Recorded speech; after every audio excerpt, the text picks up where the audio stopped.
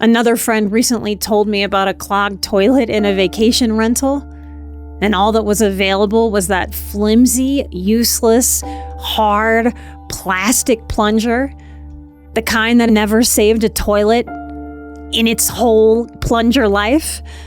And I can't stop thinking about how much I feel like that powerless plunger, because that's exactly how it feels to watch someone you love navigate a potentially terminal diagnosis. I know, and I've taught this for years to clients and over this microphone, that my worth is unchanging. That is a fact like the sun comes up in the morning, and I accept it fully. My worth isn't contingent on how I feel or what I can do in any given moment. And yet I feel worthless despite all that I know. Notice I'm saying I feel and not I am. I don't want to reinforce that I am what I feel. Sometimes our feelings are liars. Sometimes our feelings get it wrong. Sometimes our feelings encourage a story that does not help us and actually hurts us. I believe fully my worth is unchanging, and yet I feel worthless in this situation. Hello, and welcome to the show. This is Emotional Badass, where Moxie meets mindful. I'm your host, Nikki Eisenhower, life coach and psychotherapist. And on today's episode, we're discussing choosing surrender over control. So a little bit of housekeeping before we get into the episode.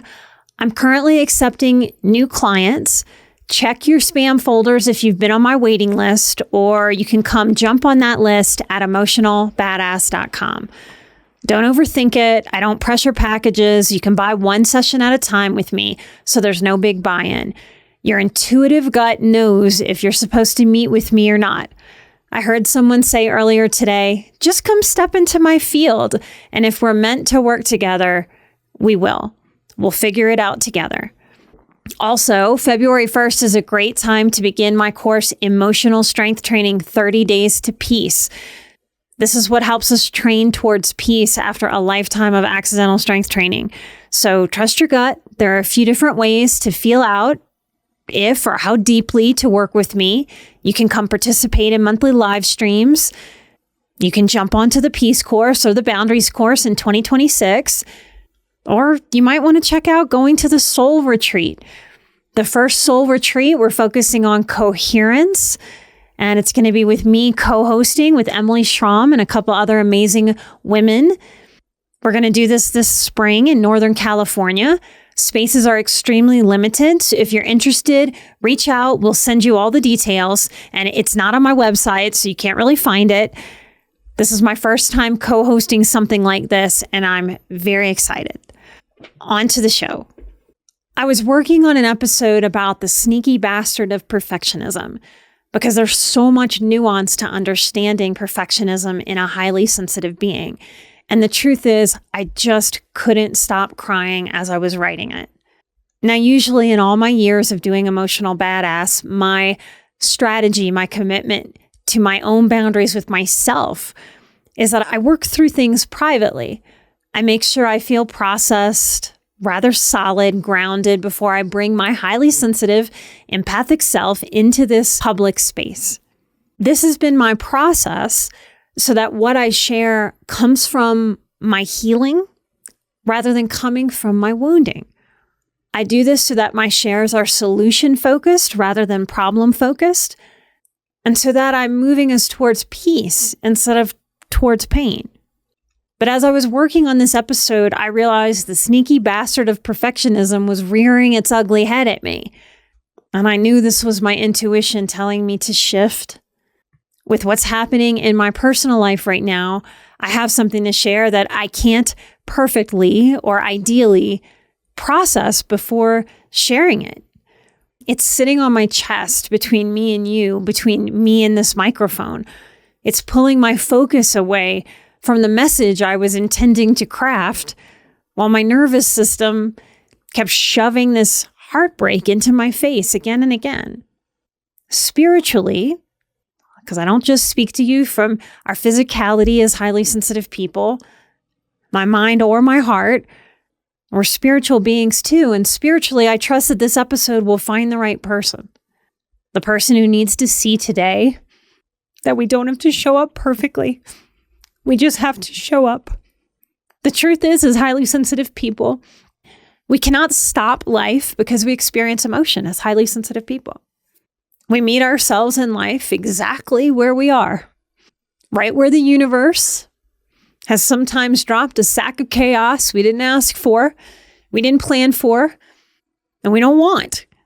And yet here we are, facing the ever-present human directive to deal with what is, especially when it is so far from what we want.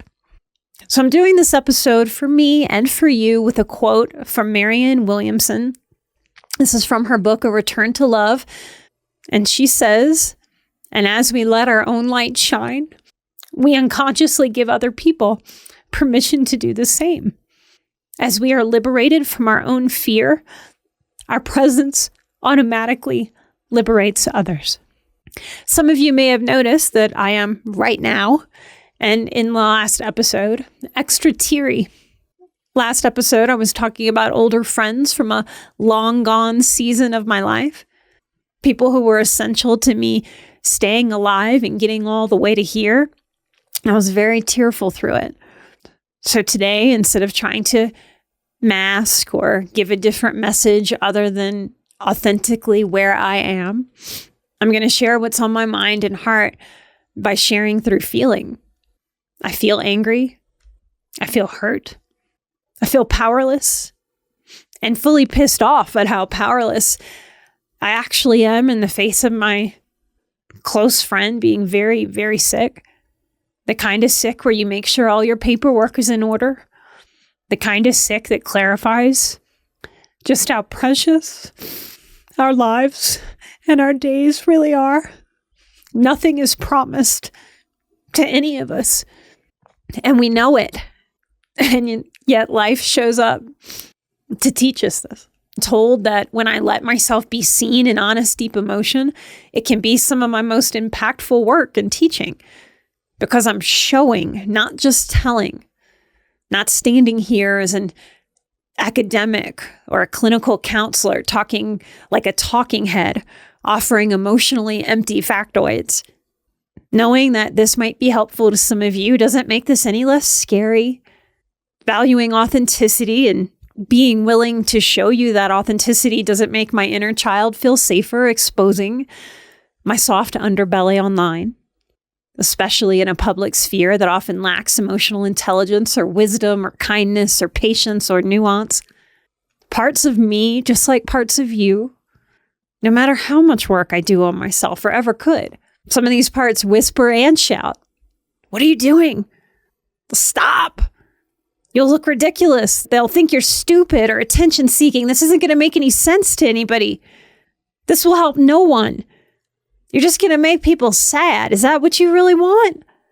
No matter how much healing or self-development work we do, when we feel depleted by what is difficult in life, we must know towards taking care of ourselves as sensitive people that the critical voice that resides in, I don't know if it's 100% of us, but it sure is most of us. We must know that this critical voice, it wakes up. As if a bell summons this critical voice, as if to say, "Hey, old dysfunctional pal, she's depleted. She probably doesn't have the energy to fight you off. You could be very effective. Wake up, start talking in her mind." And the critical voice loves all of that.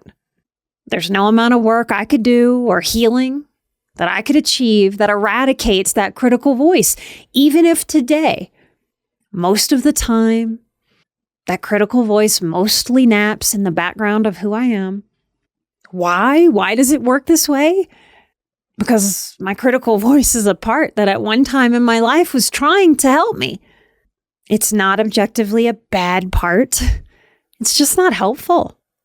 Just like the original people in my life that gave me critical language to help me, the critical voice never fully accepts how much it fails at its mission and good intention, does it? It is close to the end of the month when this episode is going to release, and I want you to consider that if you're waiting for your life to get peaceful before you're allowed to feel peace, to be more peaceful, that is not the way. Many people who want that to be the strategy, I'll be peaceful when life gets peaceful, are peaceful at the end.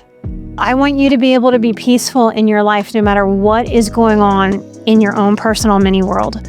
There are strategies that can teach you how to do this if you didn't grow up learning that you're allowed to be peaceful even in the face of stress. Starting 30 Days to Peace at the beginning of a month helps you take 1 month out of your year to devote to you, just 5 to 10 minutes a day for 1 month of your life to hone in on peace, practices that you can have for the whole rest of your life. Use code BADASS to save 30% off of the standalone course. To learn more about 30 Days to Peace, go to emotionalbadass.com/peace or click the link in the description, y'all. So this is my best effort today to show you my process that I don't believe is a unique process. It's very common to the highly sensitive person, as unique as each of us are.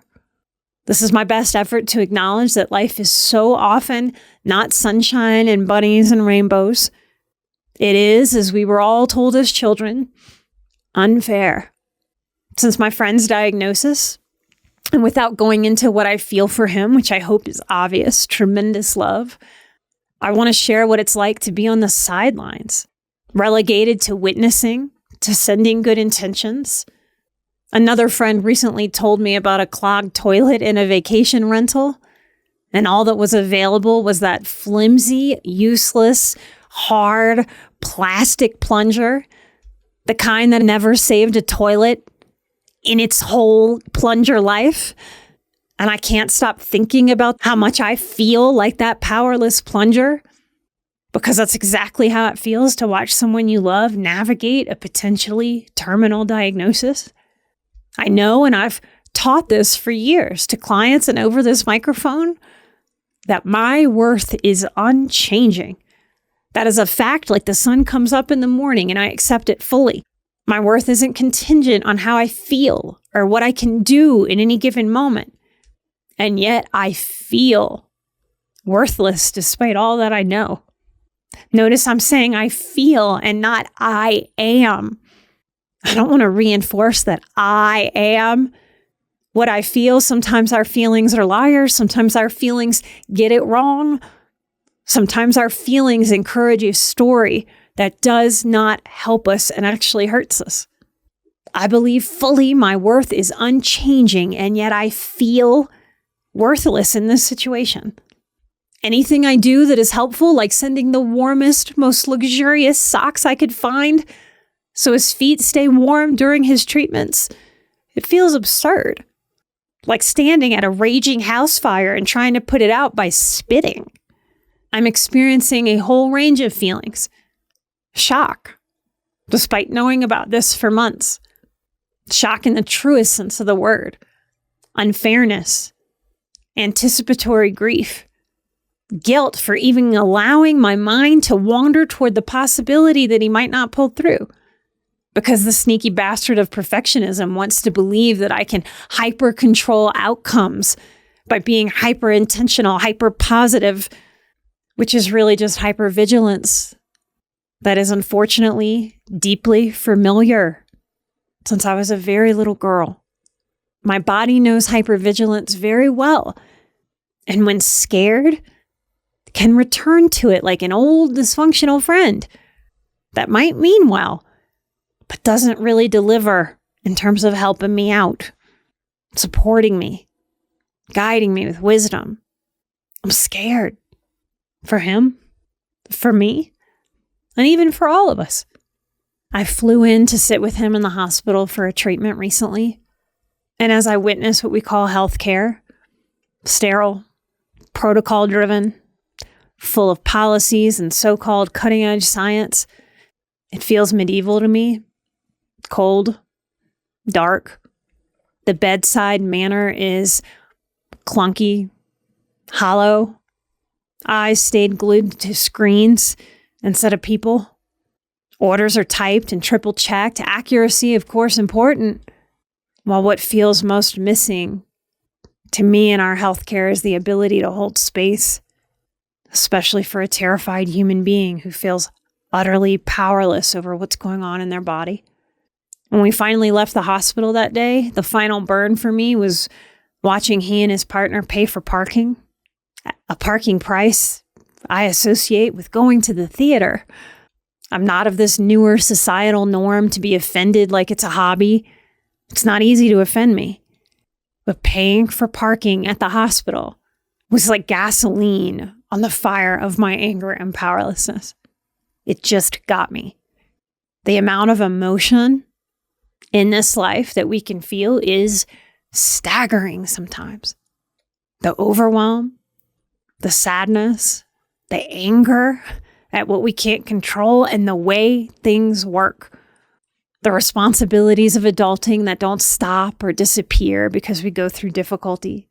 The thoughts that spin as if they can magically control life so that we don't have to feel what we don't want to face and feel. What I need in these moments is my wise woman. If you're a man out there, you're a wise man. My wise woman, she's the part of me that I've built over time. Through years of hard work, learning how to care for my highly sensitive self, learning how to not dig the holes any deeper and put down the shovel. My wise woman, she steps in. She shows up. She's the embodiment of everything I have ever learned. Everything I have earned. Today, I don't have to call for her or panic like a lost child in a massive store, suddenly realizing she can't find her safe person. She is me. I'm never alone like I was when I was a child. My wise woman is me, and she is with me. I've got me. As a fact, as a truth, just like the sun comes up in the morning, my wise woman's got me. No matter what I feel, no matter how intensely I feel, my emotions are not the thing that's going to get me in this life. With my wise woman's help, I can just stop gripping and let go. I choose to let go. I fall into the arms of my own wise adult woman, and she holds me, not just with her arms, but with her strength, her wisdom, her voice, her words. She says in such moments, if I just slow down, tap in and listen, I've got you, sweet girl. I'm so sorry you're sad. There's nothing to do right now but surrender and breathe. There's nothing to rally against. There's nothing to fight. Just sit with me. Breathe and let it wash over. Let it move through you like waves shifting from high tide to low. It's okay to feel. Let it move through you and out of you. I know it doesn't feel true, but you can surrender even when you don't want to.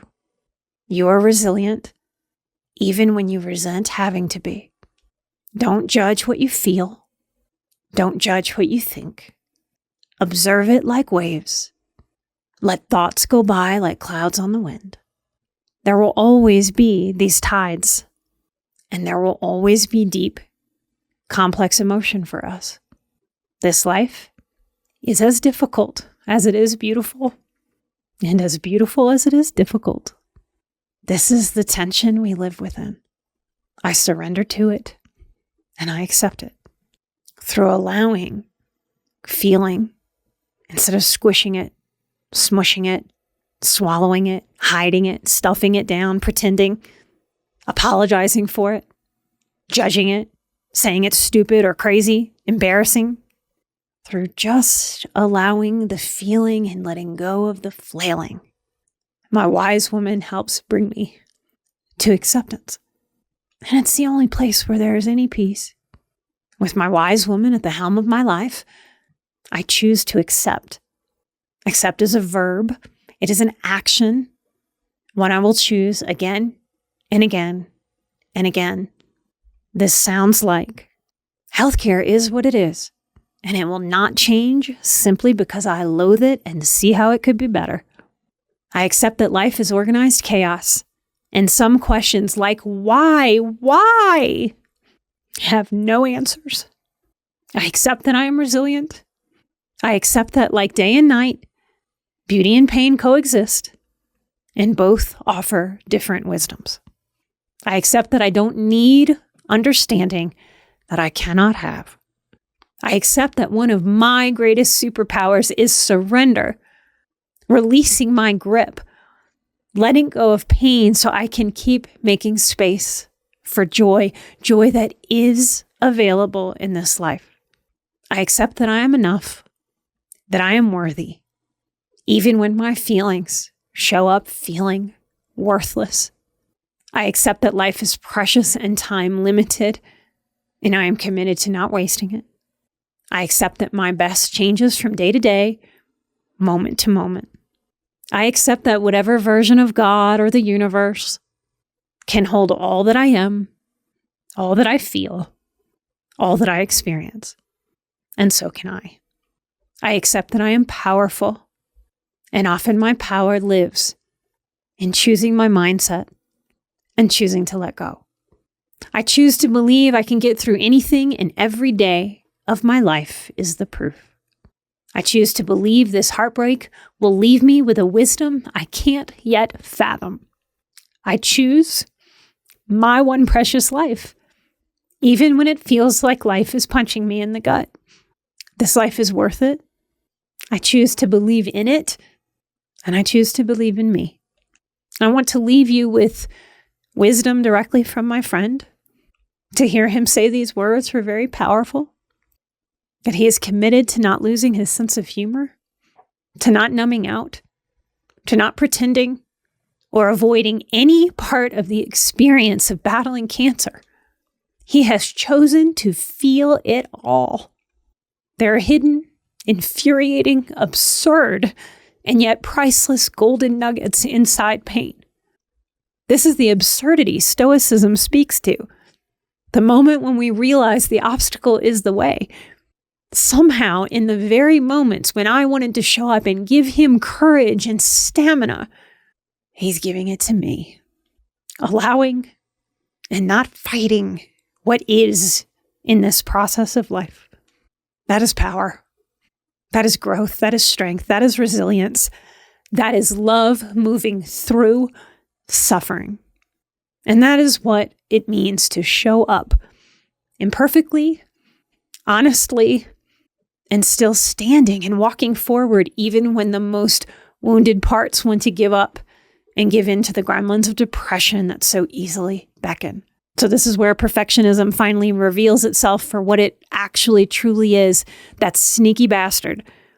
Perfectionism, it's not excellence, it's not devotion, it's not high standard, it's not work ethic, it's not completing the vision, it's not care.